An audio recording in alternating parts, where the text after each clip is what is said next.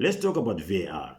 That's right, VAR, the thing that was supposed to make football more fair. But remember when goals were like exciting? A player scored, the crowd erupted, people hugged strangers, beers flew through the air like confetti. Now someone scores and we all just stand there like, wait, was this pinky toe offside? To be clear, the video assistant referee or VAR was introduced to make football decisions more accurate. It checks things like goals, penalties, red cards, and serious missed incidents, which sounds less like a rule and more like how my therapist describes my entire 20s. It was meant to eliminate the big injustice. You know, the Maradona hand of God, the theory and replaying volleyball in a World Cup qualifier. But instead of making things clearer, VAR has become a bureaucratic nightmare. Take offsides for example. VAR now rules them with the precision of a NASA engineer. But in a game played with feet, a ball, mud, and chaos, we've seen goals disallowed because someone's shoulder or amputee was just offside, which begs a question. Are we refereeing football or are we measuring for a tuxedo fit? Recently in the Champions League in a match of Barcelona against Inter Milan, a goal was ruled out because the attacker's toe was about 2 centimeters ahead of the last defender, which is fine, I guess.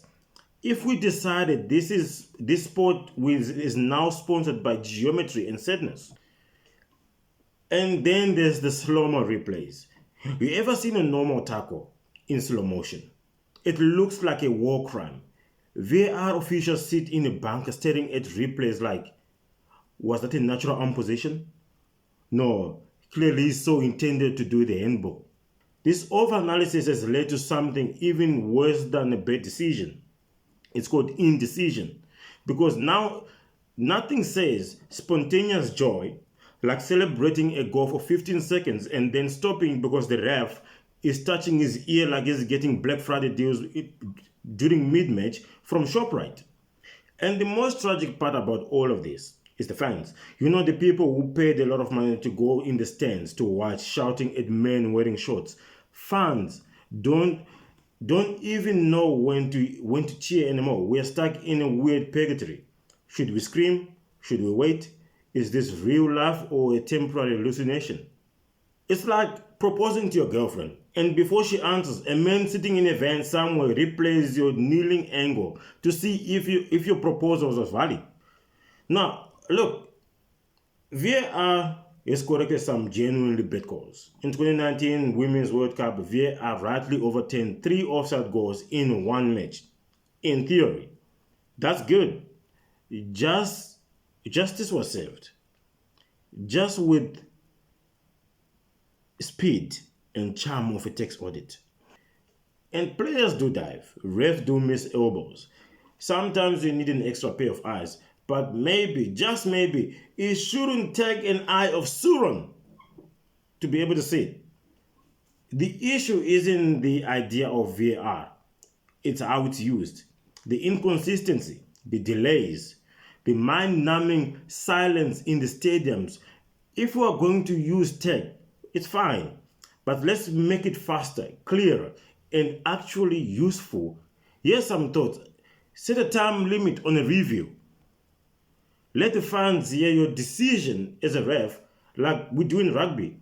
Maybe, just maybe, stop measuring offsides like we're drawing blueprints for a new Chinatown.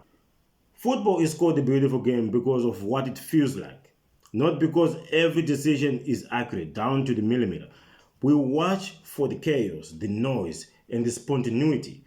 VAR promises fairness, but it's slowly turning the game into a courtroom drama with fewer suits and more shin pads.